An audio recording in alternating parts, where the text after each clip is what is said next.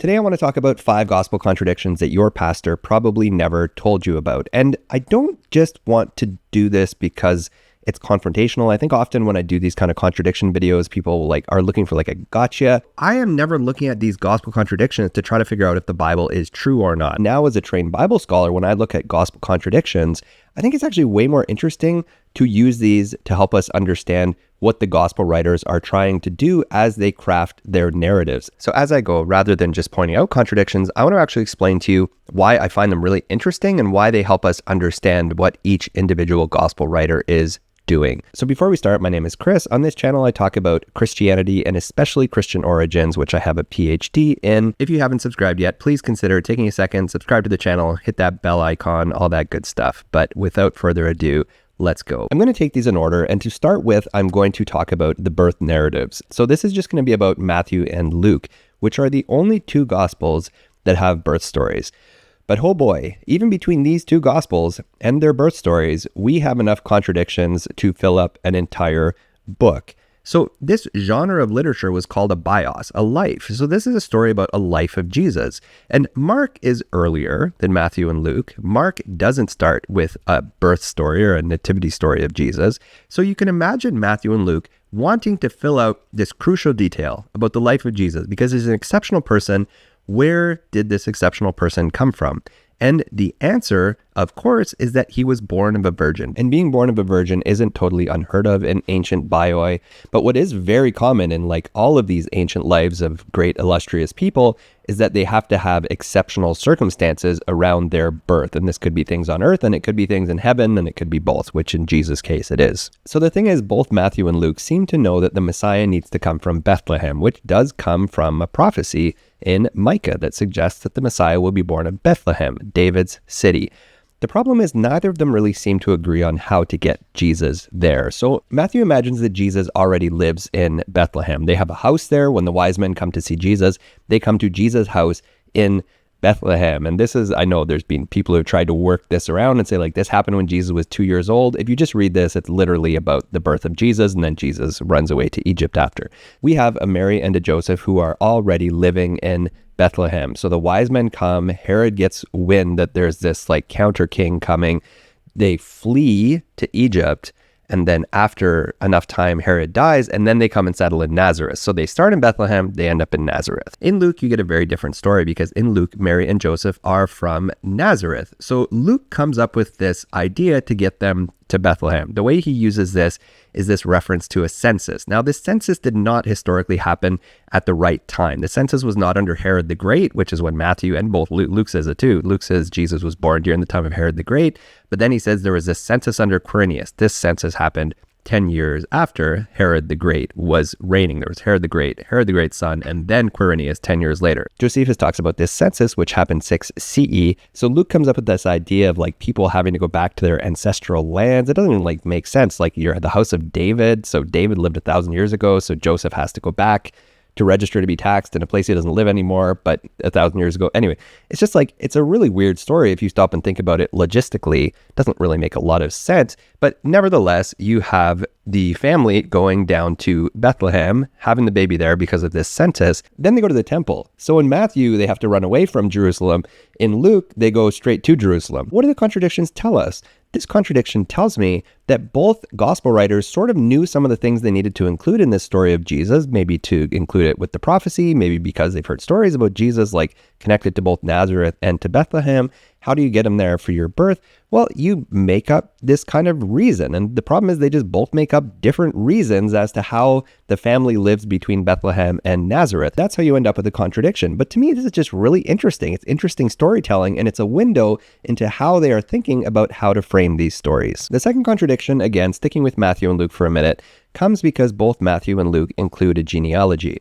And this is where you get actual contradictions in the names of the people. Most famously, this is absolutely the most famous one, is that in Matthew, Joseph's father is called Jacob, and in Luke, Joseph's father is called Heli. And there have been different stories about how to reconcile this, how to make it all make sense. I don't actually care that much that this is a contradiction. I think it's really interesting in what it tells us. In Matthew, the genealogy goes back through David to Abraham, making Jesus a very Jewish Messiah. So Jesus is a Davidic king. And this was the expectation for the Jewish Messiah, was that the Jewish Messiah would be a Davidic king. So by contrast, Luke's genealogy actually goes right back to Adam. If you're trying to look for historicity in these genealogies, you're going to be looking for a long time. Like, these are thousands of years. Well, Adam, okay, let's not even talk about the mythology of Genesis, but nevertheless, what is Luke trying to do with this genealogy? He's trying to create a Jesus who goes back to like the founder of human civilization, which presumably, like, wouldn't we all if Adam and Eve? Anyway, now there have also been people who have said that this is like different genealogies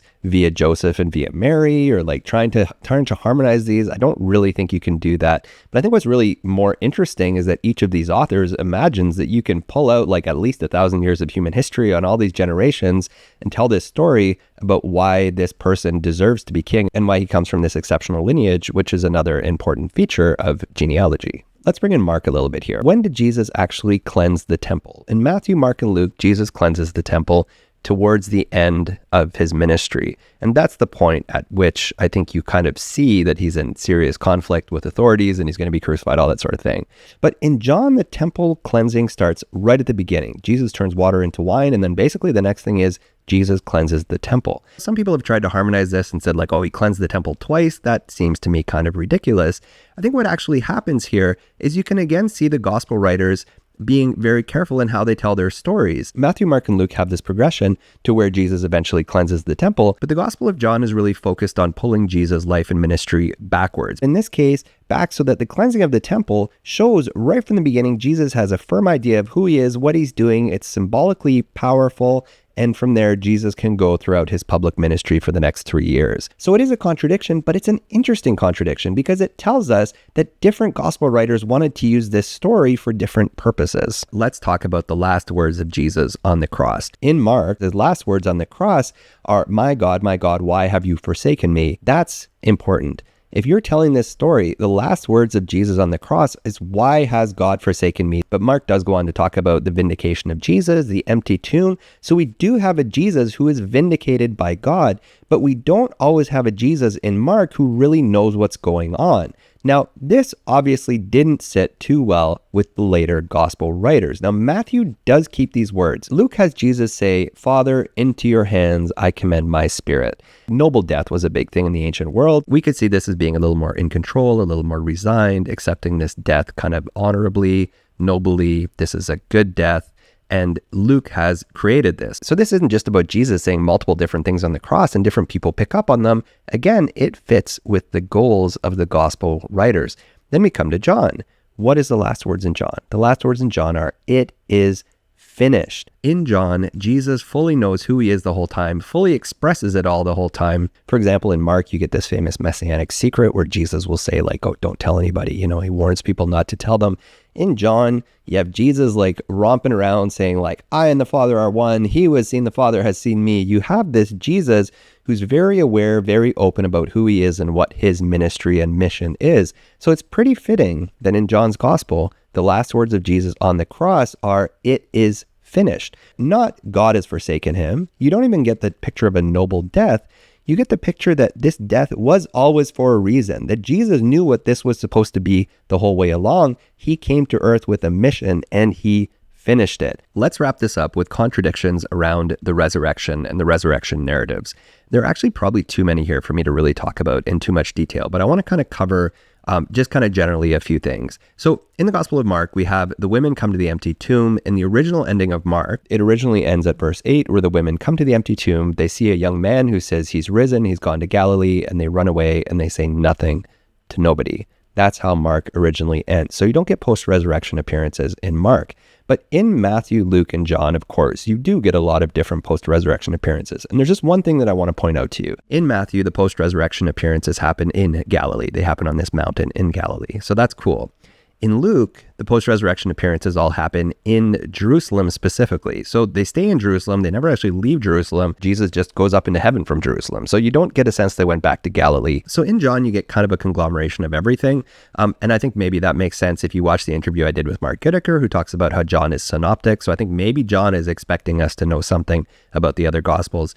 So in John, you actually have Jesus appearing in a locked room to the disciples in Jerusalem, but then you have him appearing again in Galilee. So you kind kind of have a mixture of the best of both worlds here. And I think often what happens is modern readers try to harmonize all these things. We have Jesus like in Jerusalem, then up in Galilee, then they're back in Jerusalem. And like you have this kind of like almost travelogue narrative that happens after Jesus is raised from the dead. And I think when you look at that and harmonize that, you actually miss the crux of what the gospel writers are trying to do. Mark does not have post-resurrection appearances.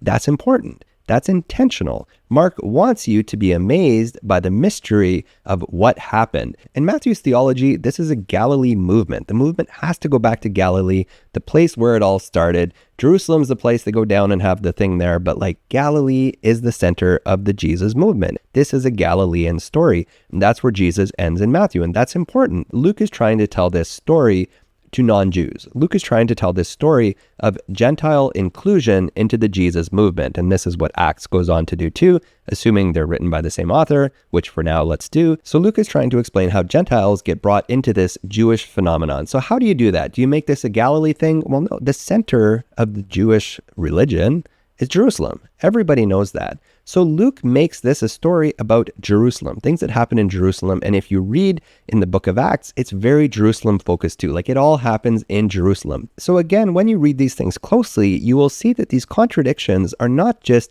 sloppy details. They are very intentional to how each gospel writer wants to tell their specific story and the big overarching goals they are trying to achieve. These people are writers. They're telling a story. They're expressing. They use each other. They use different sources, but they all, as Luke says at the beginning, they all have their own story to tell. As the ending of John says, if we wrote all of these things about Jesus, the books would fill the whole world. So there's lots to choose from, and each of these gospel writers crafts their narratives in their own way, in a unique way, in a specific way, with their own goals in mind. And that's fantastic. Too often we look at the contradictions between the gospels as problems that need to be fixed, story issues that need to be solved so we can turn this into one overarching story. But when we do that, we erase these gospel writers. We erase the things that they're actually trying to accomplish, and we miss something really, really interesting about each of these four gospels. I hope that was interesting to you. If you have a minute, let me know what you think down below. I'd love to know what you think about any or all of these gospel contradictions or other ones that I've missed, because there are other ones.